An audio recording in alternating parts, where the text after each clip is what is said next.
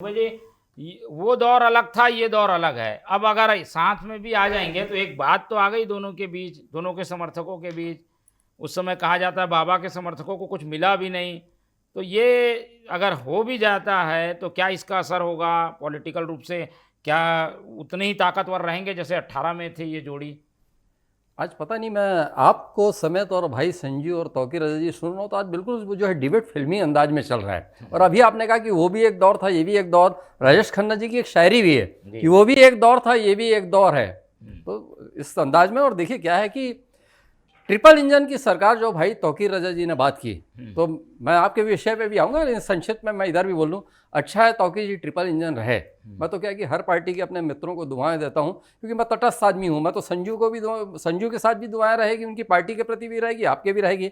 लेकिन ये भी गौर करने की बात है कि दी बर्निंग ट्रेन मत हो जाए ट्रिपल इंजन। दी बर्निंग ट्रेन भी हम लोगों ने उदाहरण के लिए देखा, मतलब जलती हुई ट्रेन, वो भी एक अपनी एक ऐतिहासिक पिक्चर रही है। खैर, जो बात आपने कही मोहन जी, तो देखिए क्या है कि घटनाक्रम कुछ उस पर जो है कि कहीं कुछ टच किया अपने तौकीर भाई ने, लेकिन बड़ा अजीब सा घटनाक्रम चला। तो उसमें टीएस सिंहदेव जी को अपने आप को समझाने में बहुत ताकत लगेगी। 2.5 साल वाली बात है, वो अंडरस्टूड है, उस पर अपने को जाना नहीं है। देखिए क्या है कि फाइनेंस चाह रहे थे सरकार बनते, वित्त मंत्रालय चाह रहे थे टीएस सिंहदेव जी, जो उनको मिला नहीं। ठीक है, आपने स्वास्थ्य और अपना पंचायत जैसा उनको जो बड़ा विभाग दिया। प्रधानमंत्री आवास वाले मामले में ऐसी मिसअंडरस्टैंडिंग हुई कि पंचायत विभाग उन्होंने छोड़ा, स्वास्थ्य मंत्री बने रहे।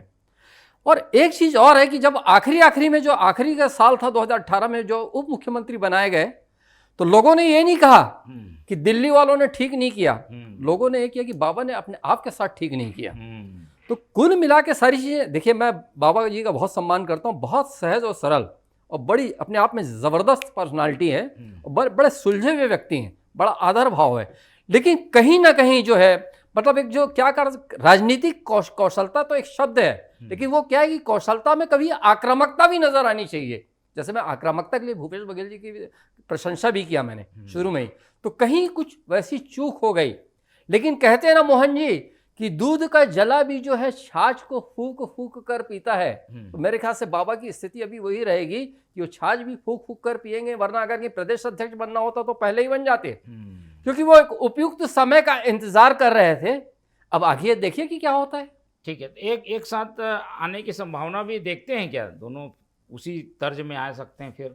देखिए तर्ज वो नहीं रहेगी, क्योंकि जो भी राजनीति के इतिहास में जो गुजर जाता है वो सीन फिर दोबारा नहीं आता, है ना। मुगले आजम एक ही बार बनती है, गांधी एक ही बार बनती है, शोले एक ही बार बनती है, पाकिजा एक ही बार बनती है।